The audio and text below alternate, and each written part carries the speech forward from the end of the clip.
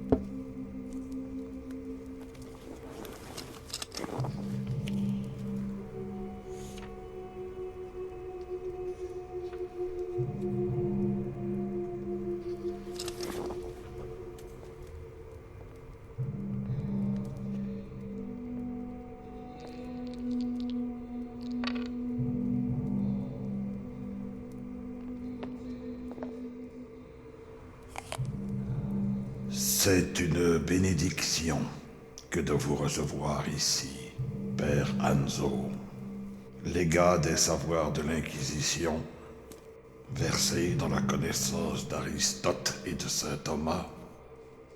Nous sommes venus dès que nous avons reçu votre missive, Excellence.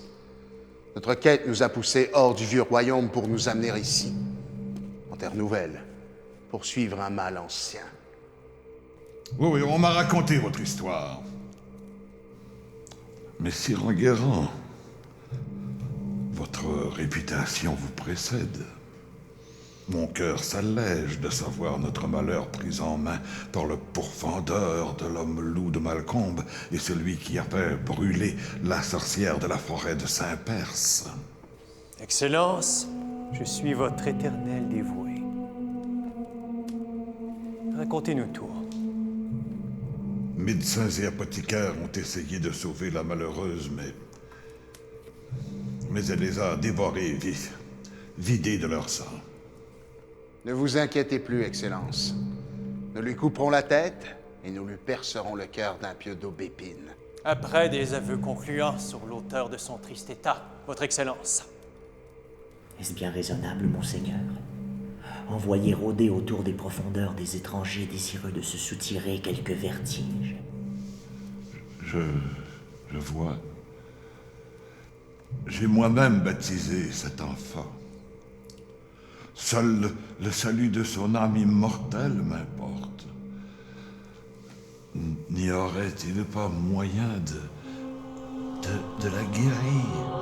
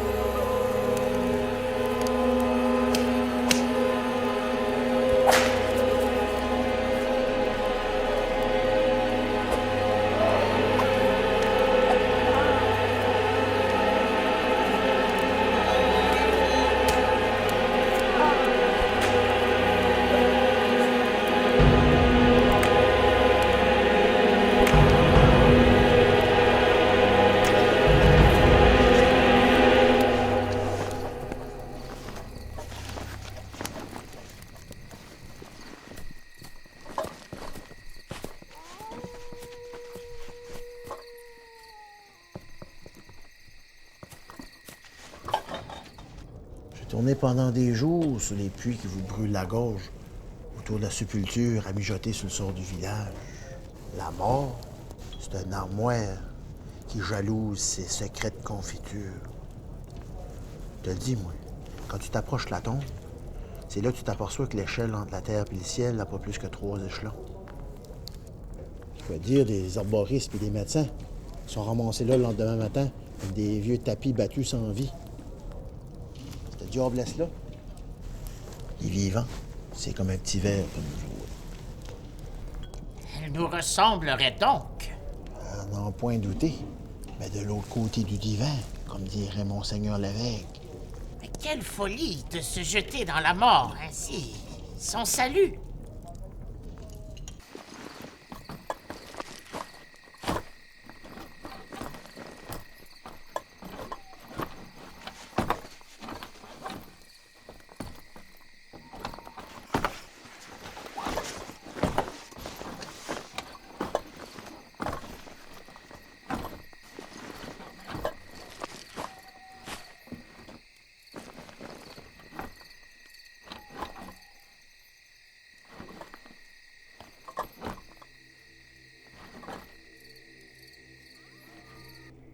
Elle n'est point malade, Votre Excellence. Elle est morte et non morte à la fois. Cette créature est-elle reconnue par Dieu? Reste-t-elle un être humain achevé et véritable? Son âme est captive ici-bas. Excellence, dans sa nouvelle condition. Comme un animal privé de raison. Elle ne doit pas encore tout à fait comprendre son nouvel état. Vous me troublez. Une enfant si douce et bonne. Notre Sainte Mère l'Église m'a mandaté pour maintenir la paix dans les nouvelles colonies. Une terre de miel et de lait, me disait-on. Pourtant, en cette contrée, les fantômes du vieux continent font encore éclore des éclats démoniaques, tels des esprits. La peste et la folie estordent le pays depuis que la pauvre... Fut séduite et mordue par un monstre ignoble, qui apporte avec lui le souffle glacé du néant, qui déforme l'âme, qui fait grouiller les désirs comme dans un couloir sans issue rempli de serpents. Le vampire, car il faut bien inserter le mot, Votre Excellence, unit le seuil de la mort avec ce qui devrait être la vie éternelle de la victime. Dieu nous vienne en aide. Le diable se gauze donc de nos âmes une fois mortes, non content de le faire de notre vivant. Aussi vrai que Judas est un traître, Votre Excellence. Ne brouillez point ma pensée, Peranzo! Va savoir. Elle avait déjà honte à son mariage. À la cérémonie, ça se voyait. On raconte qu'elle était une mince rigole qui suintait entre elle et l'homme qu'elle n'avait jamais choisi. Ainsi est faite la vie. Elle fut sous l'égide des choses prévues par le devoir. Et nous, qu'avons-nous fait? Et puis quoi encore, si mort? Les cris de la mort ne sont-ils point une offense à la vie qui nous est offerte?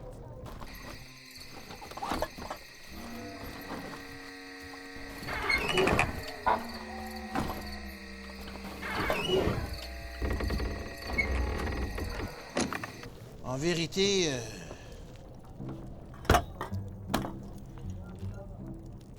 Bonsoir, bonne chance!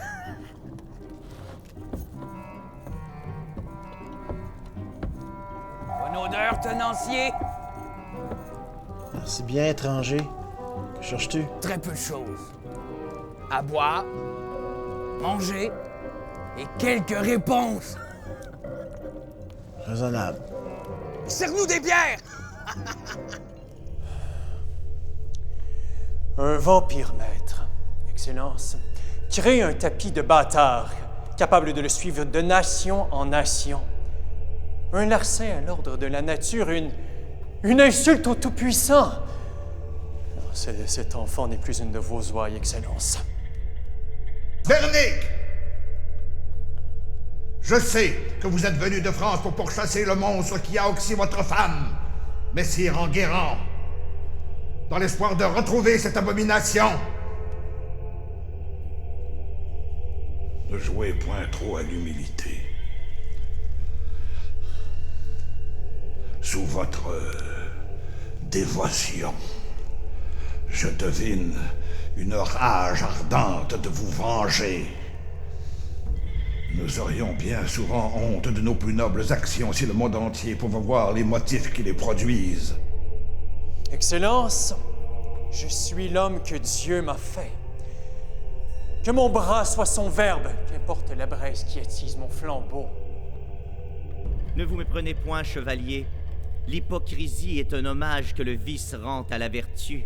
L'on accuse l'intérêt de tous nos crimes, alors qu'en réalité, on devrait les louer pour nos bonnes actions. Mais Seigneur, nous ne sommes point ici pour porter un jugement sur vos fidèles, mais bien pour avoir la bénédiction d'agir dans votre paroisse.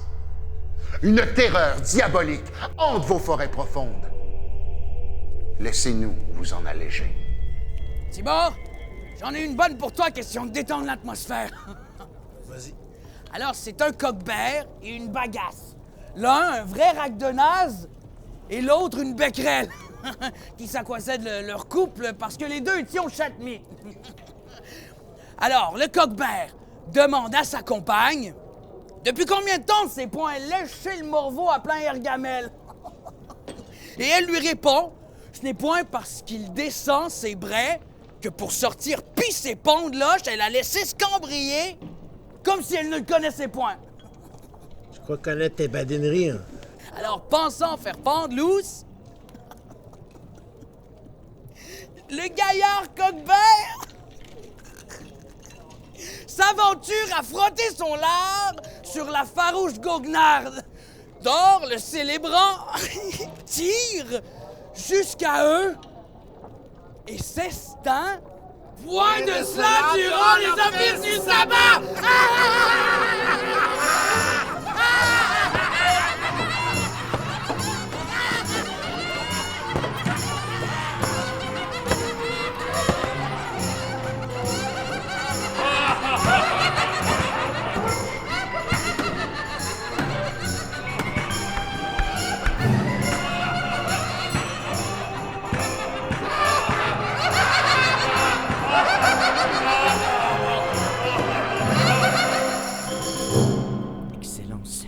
Il s'agit de la comtesse et point d'une gourgandine. Le tableau de sa détestable situation doit être œillé benoîtement, plutôt que supplicié par des faquineries et des méthodes de verrouillement. Vos gens ne sont-ils pas déjà assez morts, monseigneur? Je ne laisserai point cette pauvre enfant aux vaurieneries de n'importe quelle bourrelle. Je suis au bout de mes ressources, désarmé et impuissant, tout comme mes soudards. J'aurais besoin des meilleurs théologiens de la chrétienté. Et me voici bloqué, sans que l'on m'esgourde, sur une terre sauvage, encore plus insondable que l'âme humaine.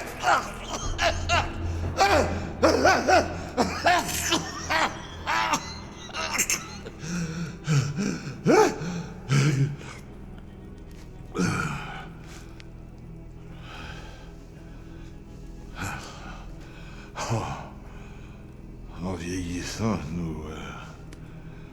nous ne sommes plus bons qu'à donner de bons préceptes. Triste consolation de n'être plus à même de fournir de mauvais exemples. Et qu'en est-il de son époux? Le mari qui a caché si longtemps la condition de sa femme. On dirait qu'il n'a point su ourdir vos bons préceptes, Votre Excellence. Guillaume de Beaufort. Il en était follement amoureux. Au début, il lui livrait ses gens. Et puis, plus tard, il se mit à lui donner de son sang. Un soir, la faim de la comtesse était si grande qu'elle vint à bout de son protecteur. La démone les saigna entièrement. Si la plupart du temps nous résistons à nos passions par leur faiblesse plutôt que par notre force, eh bien cette nuit-là, le comte fut exsanguiné par amour. Raisonner sur ces questions et choses ardues dont je crois Dieu unique juge. Elle ne peut traverser ce qui est consacré. Nous l'encerclerons d'hosties afin de lui faire siège, et ainsi avoir le fin mot de cette histoire funeste. Une fois en cachotée et privée de sang, elle cédera aux offices les plus durs. Sur notre vie, Excellence, nous viendrons à bout des œuvres du malin. Vous avez ma pleine bénédiction et ma confiance pour obtenir les soutiens nécessaires relativement au salut de notre sœur. Mais prenez garde. Sans la force d'être encruelé, nulle bonté ne mérite d'être louée. Évitez d'être prompt à prendre pour vertu les impuissances paresseuses de notre volonté.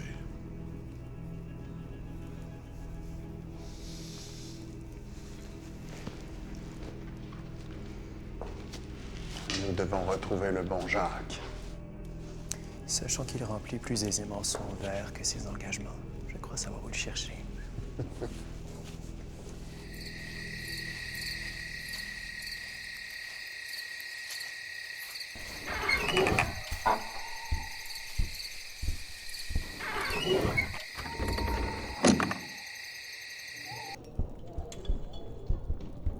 Aubergiste! À boire! Oui, monseigneur.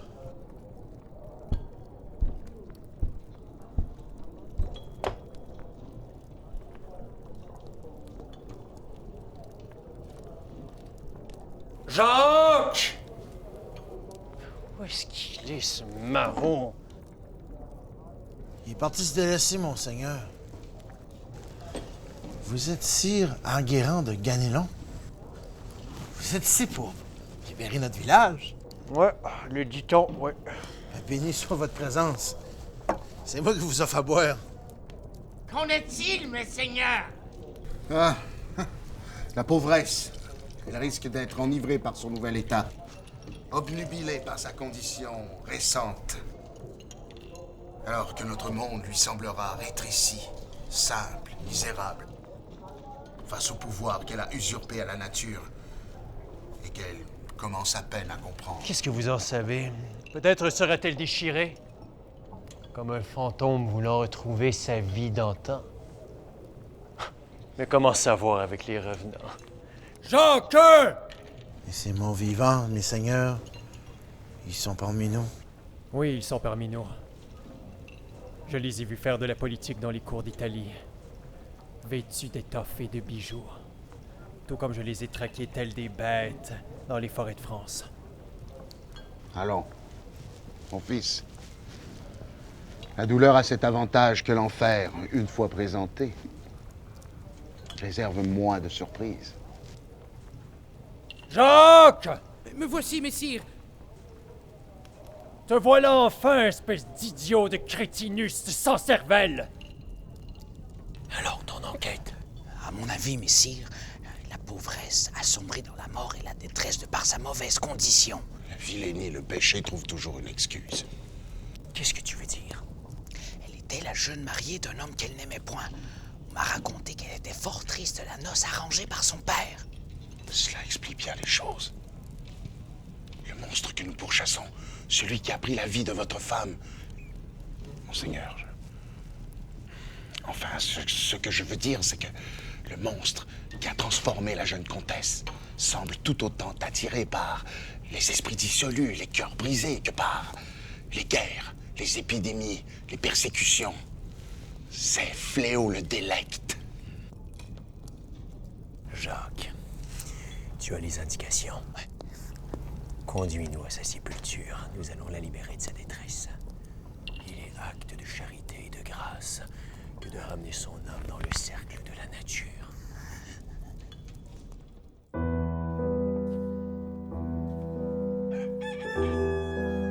Le soir approche.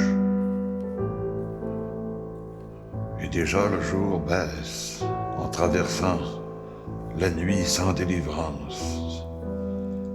Nous avons muni de cuivre moult nations et tant drapé les cieux de notre présomptueuse existence que nous sombrons dans les derniers accents de l'aube des temps. Tels nous sommes devenus, ainsi que le jardinier qui dort sous la vertu du gouvernant. Voilà notre seule œuvre. Le devenir se vit à la fois comme un mystère et une souffrance. Car d'or que la raison chavire, où commence et se termine notre liberté? Dans notre étroite condition de créature, nous devenons vains détritus. Vains détritus de l'histoire. Ainsi, chaque supplique rappelle la ruine d'un sourire. Seigneur,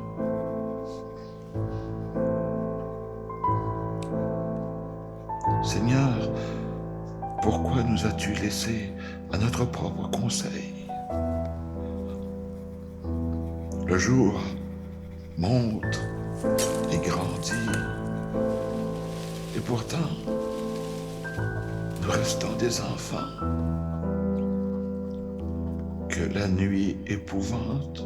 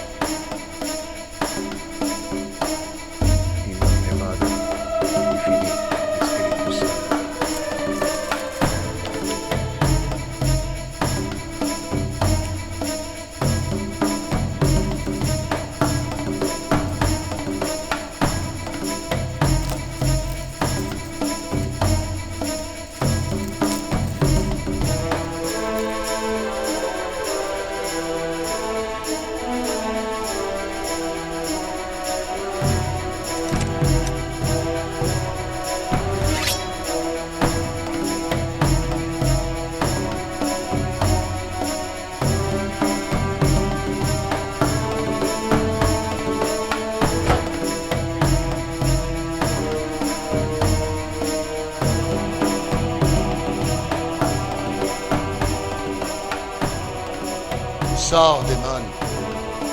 Tu as moult faute. Nous sommes ici pour acheter ta place dans la divine création.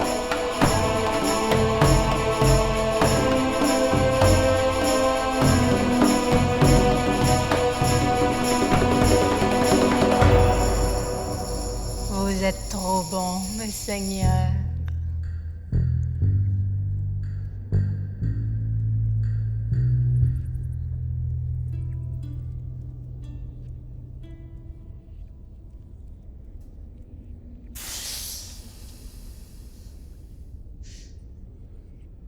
Un cercle d'hosties consacrées vilaines que tu ne peux point traverser dans ton état.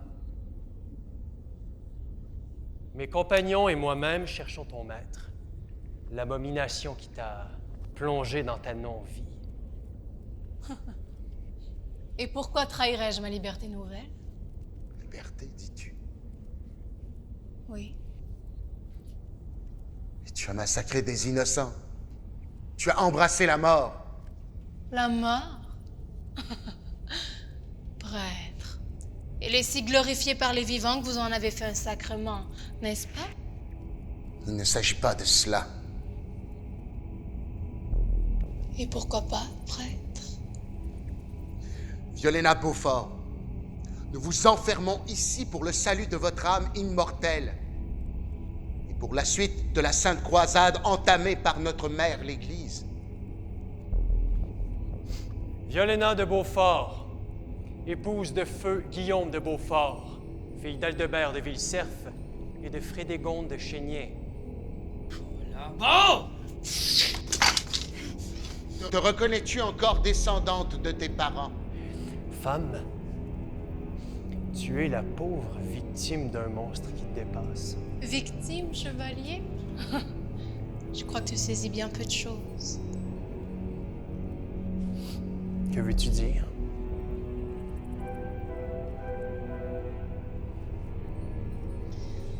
Je ne nierai point que la vivante que j'étais eut un moment de doute, comme fut présenté le baiser sanglant de l'éternité. Mais sache que ton esprit mortel et limité ne pourrait comprendre à quel point je suis maintenant rempli de plénitude. Et dirais-tu que cette plénitude dépasse la foi, l'amour et la grâce? Je n'ai connu que très peu de choses de la foi, de l'amour et de la grâce de mon vivant prêtre. Ska, comment savoir que tu ne parjures pas la vivante que tu étais? Et qu'à travers ton état, ce n'est point le désespoir et l'enfer qui parlent. Savoir parler, c'est savoir mentir. Et vous, vivants, parlez beaucoup. Comment osez-vous? Mon esprit, notre esprit, notre esprit Là où régnait le doute, la peur se transmute en courage inébranlable et en profonde résolution. Et en quoi cela s'incarne-t-il? Il n'y a pas que l'affranchissement du corps endommageable, mais les plus jouissifs des sens nouveaux. En tant que vivants, nous subissons la nature, mais plus comme je suis. Comment se développent tes pouvoirs? Cela commence par les bêtes de la nuit et les servants de la terre qui écoutent nos désirs et nos besoins. Avec l'âge, nos pouvoirs grandissent. Mais déjà de ma jeune mort, je commence à comprendre l'ouragan et à percer les secrets de la tempête. Avoueras-tu que c'est le diable qui t'a poussé dans les bras de ton nouveau maître? Pour ton mariage forcé, démon! Que connaissons-nous de la détresse, chevalier? Je suis morte dans ce siècle. Peut-être serais-je acceptée dans le prochain. La vie comme une file d'arrivée ne me sied point. Mort vivant. Peste et folie. Possédé. Petit personnel du diable, il semble que les abominations mineures soient attirées par celles qui leur sont supérieures. Et tu es venu à moi, chevalier.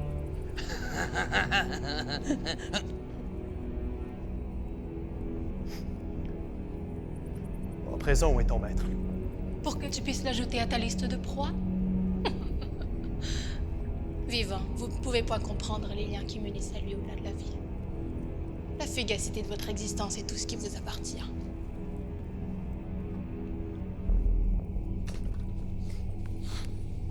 Jacques Parenzo, je vais préparer notre pitance pour ce soir.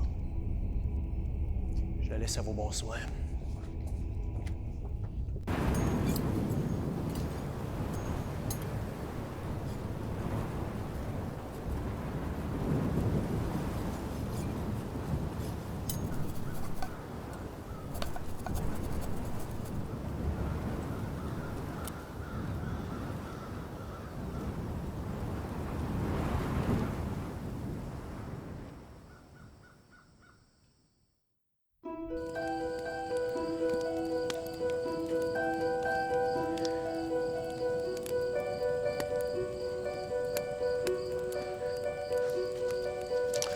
Donc,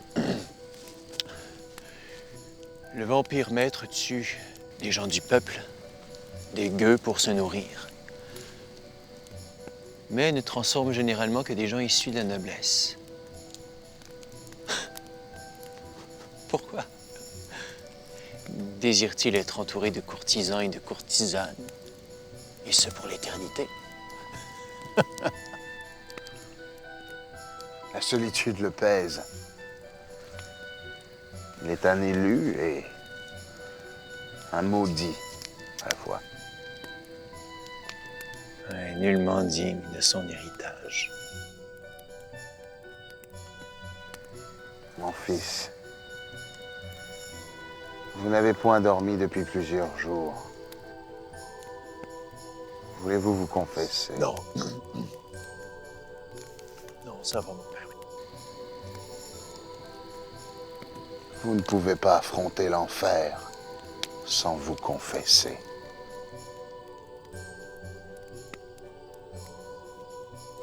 En effet.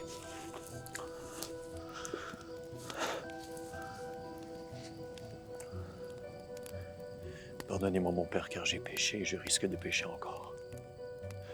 Pardonnez-moi, mon père, car... Monseigneur!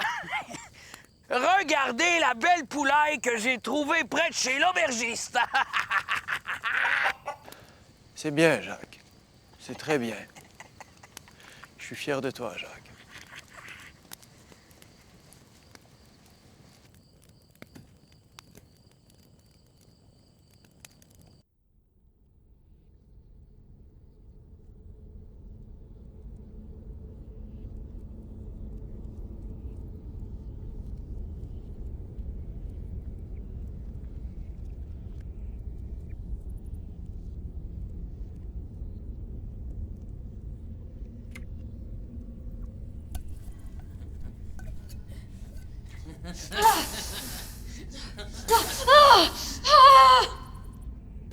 Dis-nous où est ton maître, maudite satanique, et tu pourras mourir dans la paix du Christ.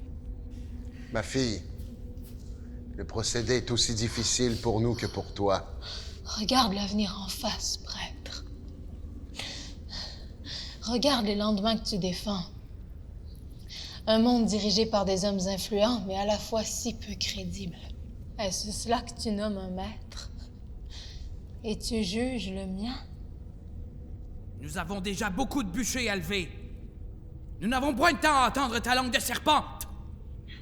Nous sommes des hommes que l'expérience a rendus grands connaisseurs de l'âme humaine et des trames obscures du mal. Vous n'êtes rien. Vous êtes mes objets. Un espace vide à remplir par mes désirs. Je peux vous aider à voir les choses sous une autre perspective. Vos paradoxes vous rendent chancelants. Vous aimez, mais vous haïssez. Vos désirs sont éternellement sollicités, mais jamais comblés. Et vos rêves deviennent le temps de votre courte vie des regrets. Jacques, n'écoute point ce qu'elle dit. Ce sont des sornettes. On te disait innocente comme l'agneau. Et tu n'es point possédée. Tu es simplement morte. Réponds et nous te renverrons à la paix que tu mérites.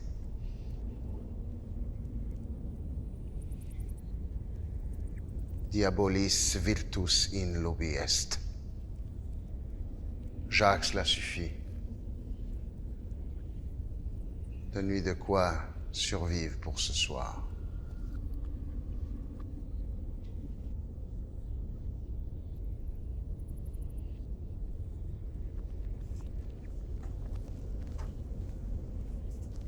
Ta pitance, la gueuse. On se revoit demain.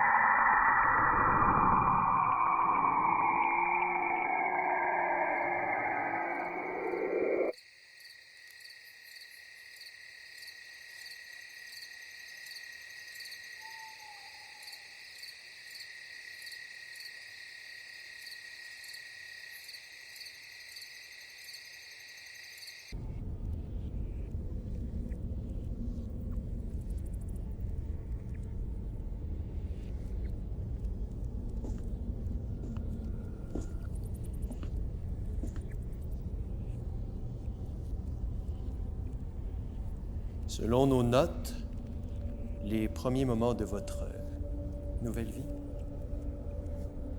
nécessitent une mer de sang. Tu dois être affamé.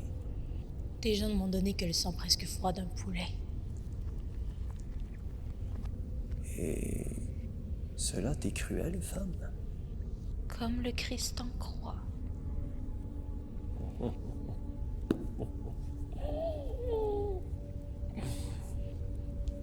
Vous êtes si puissant et si désarçonnable à la fois. C'est à n'y rien comprendre. Nous prenons aisément l'ascendant sur notre environnement. Oui. Et te voilà puissante et enfermée devant moi. Le propre de l'erreur, femme, c'est de se prendre pour la vérité.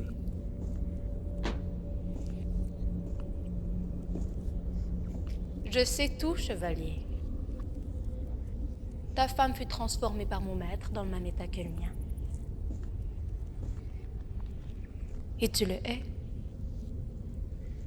Tu le hais car ton amour a subi une grande extase que tu soupçonnes de ne pas avoir dépassée. Un alchimique mélange de jalousie, de revanche et de deuil qui te remonte à la gorge quand tu penses à ta bien-aimée. Ta bien-aimée que tu as dû abattre d'un pieu en plein cœur comme l'on abat un chien malade. Arrête, maudite. Et te voilà, devant moi, sur un autre continent pour me faire subir les relents de ta vengeance. Oh. Y a-t-il point assez de pauvres, de malades et d'affamés dans l'ancien monde pour satisfaire ta soif de rédemption face à un amour que tu as échoué? Cesse!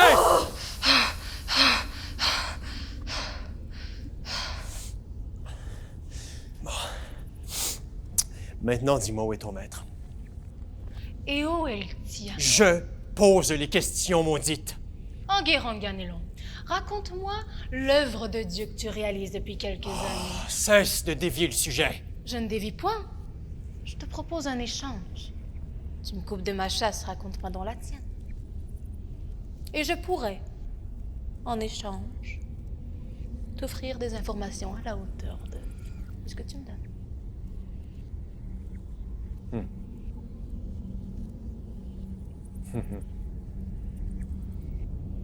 Notre prêtre nous a mis en garde de pactiser avec le diable. Je suis comme toi, chevalier, voué à traquer mes proies par le monde. Ainsi le monde est fait. Tu sers Dieu, l'artisan du monde. Moi, je ne fais que participer à l'ouvrage.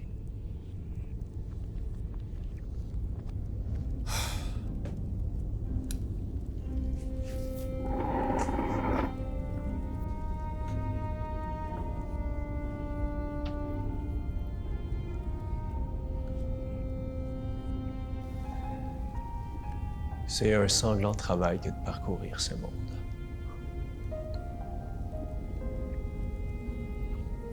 Je me souviens de la première sorcière que j'ai brûlée, de l'odeur et du bruit de la graisse humaine qui se consume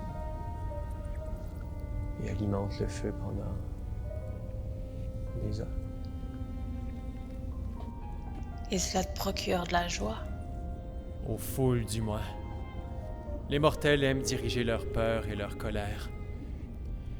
Les monstres qui défient la nature sont pour eux plus évidents à reconnaître que ceux qui constituent la leur.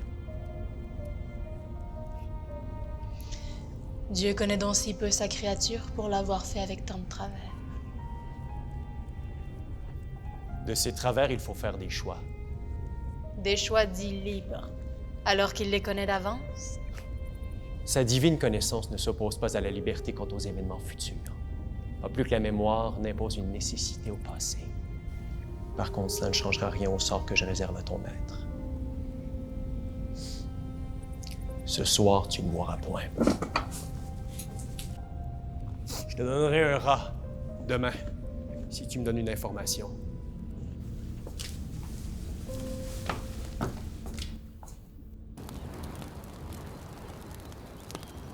Quand je menais les chevaux boire, il est et tout, il est ma nanette. Quand je menais les chevaux boire, j'entendis le coucou chanter. J'entendis le coucou chanter. Il me disait dans son langage, il est tout, il est ma nanette. Il me disait dans son langage.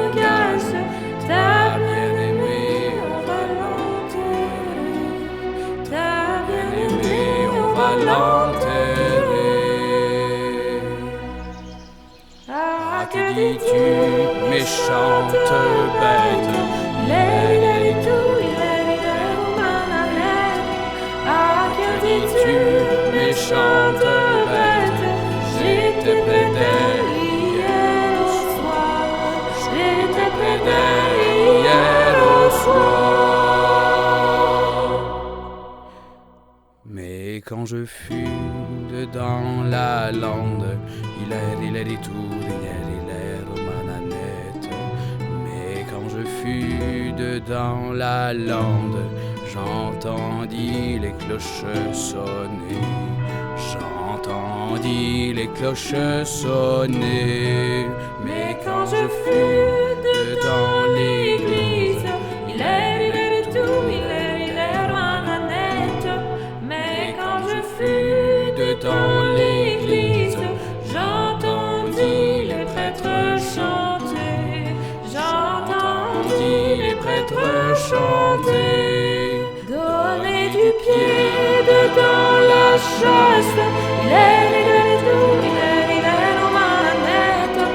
Donner du pied dedans la chasse. Réveillez-vous si vous dormez. Réveillez-vous si vous dormez.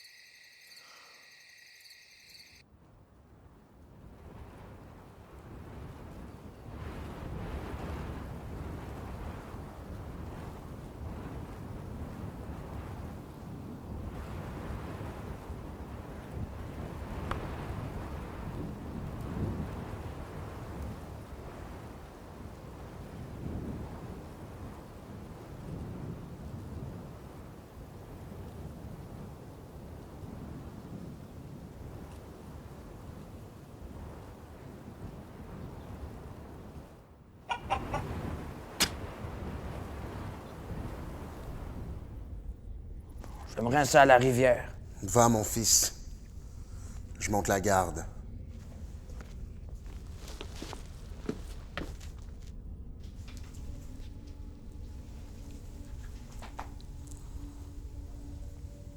Nous voilà seuls, prêtre. Ne parle que pour témoigner de l'emplacement où se trouve ton maître, pauvresse. Réponds-nous et nous finirons ton supplice rapidement. Et ton Dieu, prêtre, te répond-il, lui? N'en est point la question. Démon. Est-ce que l'aveugle discourt sur la lumière? Non. Pas plus que le sourd sur ce qui est dit. Méconnaître Dieu est une cruauté outrageante qu'impose ton silence. Pire que les supplices que tu m'infliges. Et ce silence qui t'a fait choisir les tourments de l'éternité.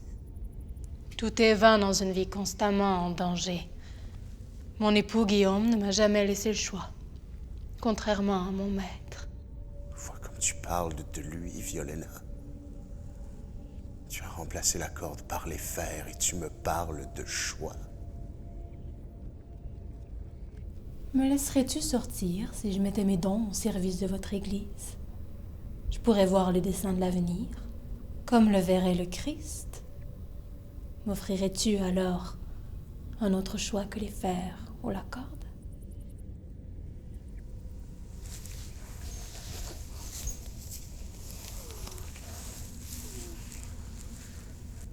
Voilà de quoi te soutenir une nouvelle nuit.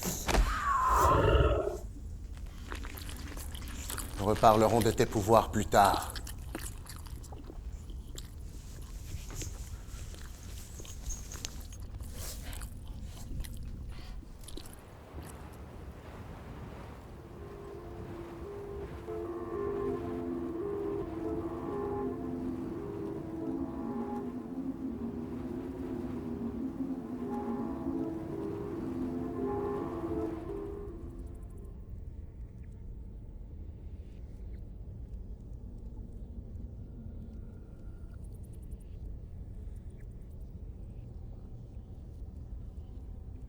Lève-toi, satanique.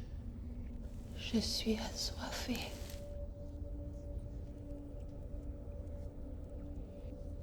Dis-moi enfin où est ton maître et je te nourrirai. De sang de rat. Non, de sang humain. Si tu m'aides à trouver vengeance. Comment peux-tu conclure notre pacte, chevalier?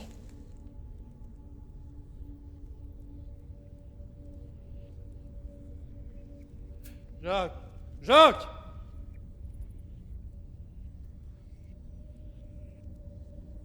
Oui, monseigneur, Mon brave, viens ici! j'arrive.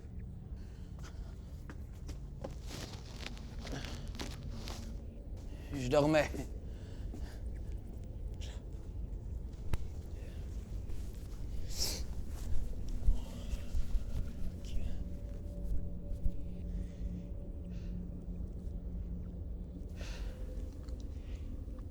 Tu as avoué fidélité à ma quête.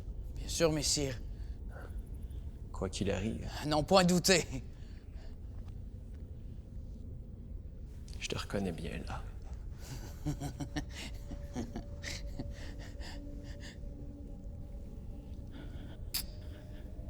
Je t'aime, mon bon Jacques.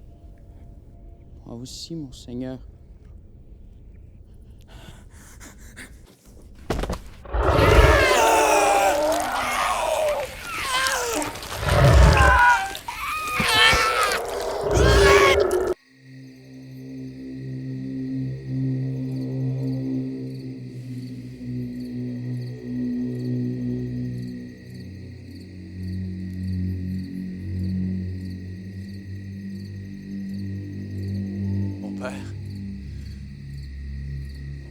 Je ne voulais pas vous réveiller, je sais que votre sommeil est précieux.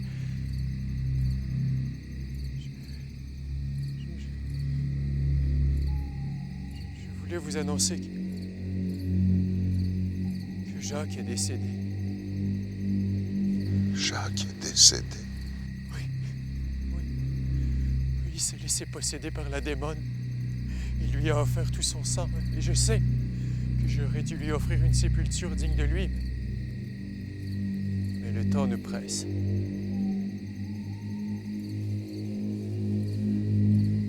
L'a-t-elle fait boire son sang? Non.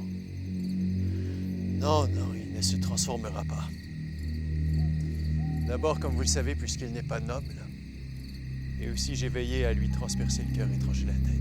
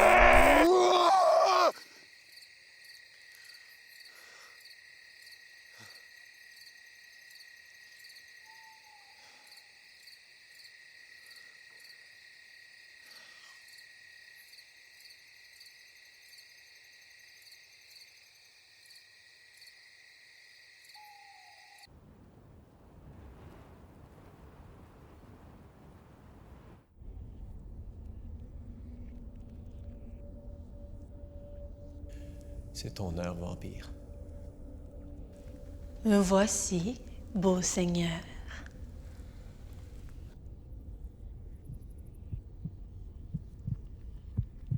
Tu as eu mon bon Jacques. Je crois que nous sommes quittes des derniers jours de jeûne. Donne-moi juste encore assez pour parler.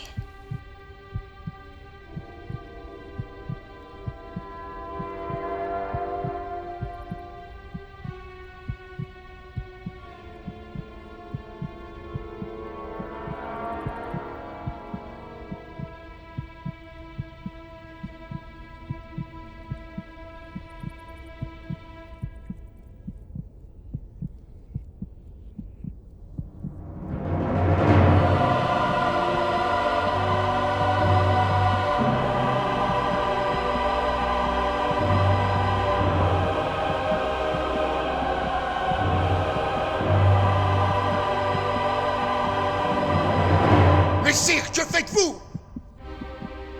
Prêtre, retourne au dehors! Vous pactisez avec le malin?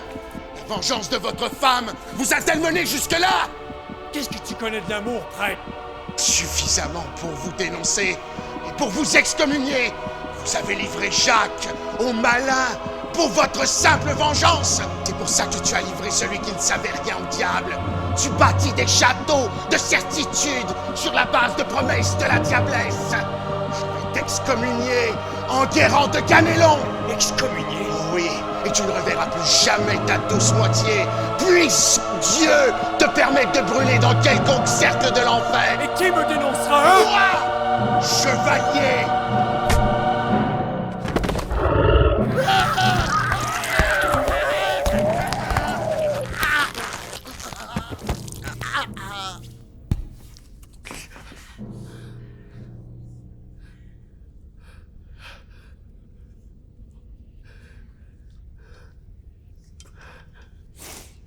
Dis-moi où est ton maître. Parle! J'ai sacrifié assez pour conclure notre pacte. Si tu ne dis rien, tu crèveras ici. Mais en me révélant l'emplacement de ton maître, je l'oxyrai, et alors tu seras hors de ma vengeance. Nous y gagnons tous les deux. Parle! Mon maître est parti dans les colonies anglaises, au sud, vendre ses services à de riches propriétaires afin de se construire un siècle confortable, loin de l'Europe. Et tu ne peux être plus précise! Il est à cette heure dans la colonie la plus rapprochée. Je ne sais où il sera demain. Bien, t'as mérité ton dû.